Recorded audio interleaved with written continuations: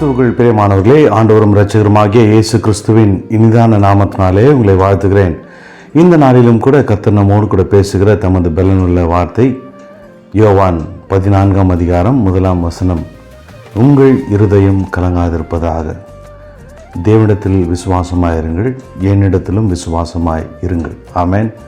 இந்த நாளிலே கர்த்தர் இந்த வார்த்தையின் வழியாய் நம்மோடு கூட பேசுகிறவராய் நம்மை பலப்படுத்துகிற தேவனாக இருக்கிறார். உங்கள் இருதயம் கலங்காதிருப்பதாக. பல வேளைகளில் நம்முடைய வாழ்க்கையில் பல கலக்கங்கள் இருக்கலாம். கண்ணீரின் பாதையிலே நீங்கள் அனுதினமும் உங்கள் வாழ்க்கையை கழித்து கொண்டிருக்கலாம்.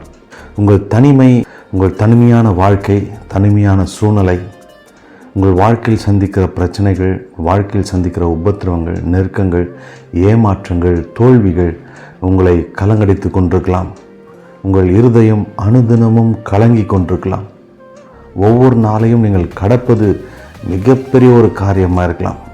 நீங்கள் கடந்து போய் கொண்டிருக்கிற பாதைகள், ஒவ்வொரு நாளையும் நீங்கள் கடந்து வருவது, ஒவ்வொரு நாளையும் கடப்பது ஒரு யுகத்தை கடப்பது போல இருக்கலாம்.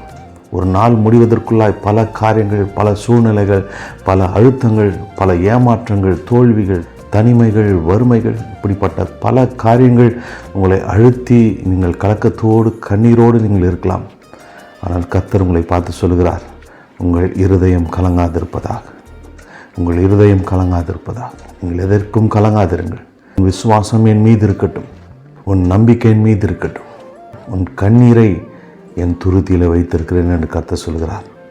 உன் கண்ணீரை என் துருத்தியில் வைத்திருக்கிறேன், உன் கண்ணீரை நான் காண்கிறேன் என்று கர்த்தர் சொல்கிறார். ஆகாரின் கண்ணீரை கண்டவர், வனாந்திரத்திலே கண்ணீரை காண்கிறவர், உங்கள் கண்ணீரையும் காண வல்லவராக இருக்கிறார். உங்கள் இருதயம் கலங்காதிருப்பதாக. உங்கள் கண்ணீரை நான் காண்கிறேன், உங்கள் சூழ்நிலையை நான் காண்கிறேன். என் கண்களுக்கு நீங்கள் மறைவானவர்கள் இல்லை என்று கர்த்தர் சொல்கிறார். ஆகவே இந்த உலகத்தில் நீங்கள் சந்திக்கிற எல்லா காரியங்களையும் குறித்து கலங்காதிருங்கள், கலங்கி போகாதிருங்கள். உங்கள் இருதயம் கலங்காதபடிக்கு உங்கள் இருதயத்தை காத்து கொள்ளுங்கள். விசுவாசத்தை கர்த்தர் மீது வையுங்கள். என் கலக்கத்திற்கு பதில் என் கர்த்தர், என் கண்ணீருக்கு பரிகாரி என் கர்த்தர். அவரை நான் நம்புகிறேன், விசுவாசிக்கிறேன். அவர் என்னை ஒருபோதும் கைவிட மாட்டார். நான் இனி தனிமையாக இல்லை, என் கர்த்தர் என்னோடு கூட இருக்கிறார். நான் இனி வெறுமையை சந்திப்பதில்லை, என் நிறைவு கர்த்தராக இருக்கிறார்.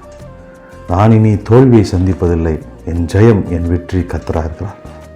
இந்த நாளிலும் கூட நீங்கள் கண்ணீரின் பாதையில் கடந்து போய் கொண்டிருக்கலாம். கர்த்தர் மீது நம்பிக்கை வையுங்கள். உங்கள் இருதயம் கலங்காதிருப்பதாக. ஆமென். எங்கள் அன்பின் பரலோக பிதாவே, இயேசு கிறிஸ்துவின் நாமத்தினாலும் சமூகத்தில் வருகிறோம் அப்பா. எங்களுடைய வாழ்க்கையில் அனுதினமும் கண்ணீரின் பாதைகள், கவலைகள் நிறைந்த பாதைகள் அப்பா. ஒவ்வொரு நாளையும் நாங்கள் கடப்பது பெரிதான காரியமாக இருக்கிறது.